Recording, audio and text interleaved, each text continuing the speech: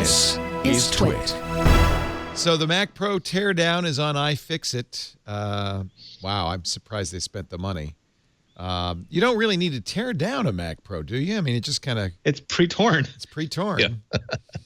Yeah. But one thing we did learn from this, at least, and I probably knew it before, was you don't have to buy the expensive Apple DDR4 EEC RAM. You can buy your own for considerably less. Would you consider that, Rene? Oh, look, they grated cheese with it. This is not a good idea.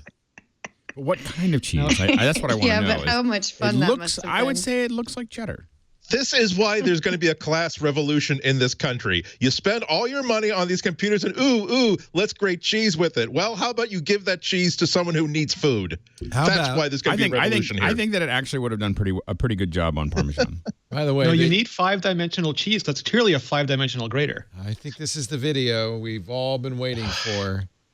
This is looks like a cheap Wisconsin cheddar. Yeah, they needed something a little harder, with what was it, a palm tree, not a palm tree. They were cutting cheese, so this is the next. I don't think it doesn't. I don't think you could say it doesn't grate cheese. The problem is it doesn't deposit the grated cheese where you want it.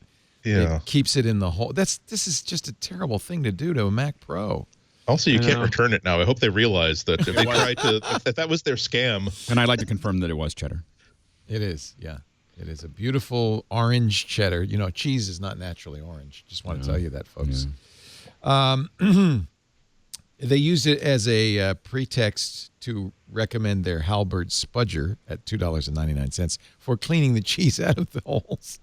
Just in case you want to try that at home. I should mention iFixIt is a sponsor. We use the Halberd Spudger here all the time, and I highly recommend it.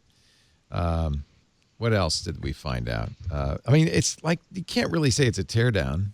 Everything has buttons. Yeah. There's nothing glued in as it should be.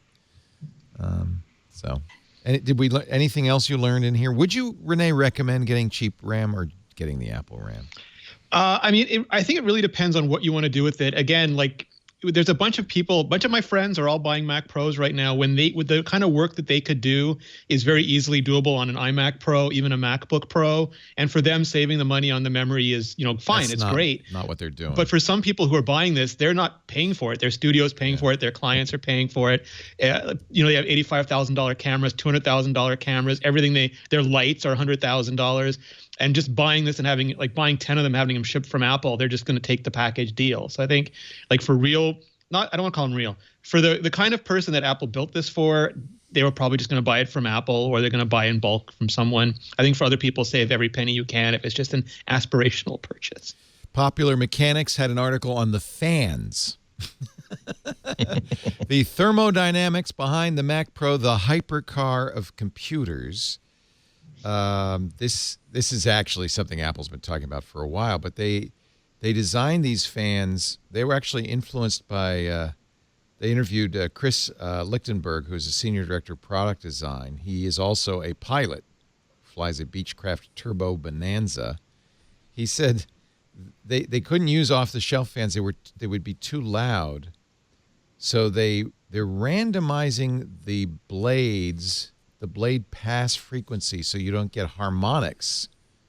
In other words, you don't want the fans to kind of start all humming the same tune, or even if they're slightly off, you'd get pulsing and sort of weird things. So they also said they were influenced by auto design with the fans. So just one more little tidbit on this desirable vehicle that you'll never probably drive. I know I won't. Yeah. They really want to sell the point that there is nothing about this that isn't there's nothing off the shelf about this. There's nothing they haven't pre-considered. There's nothing they haven't tested the hell out of. Hopefully that concept will land, but they have to justify how many thousands or tens of thousands of dollars this thing costs.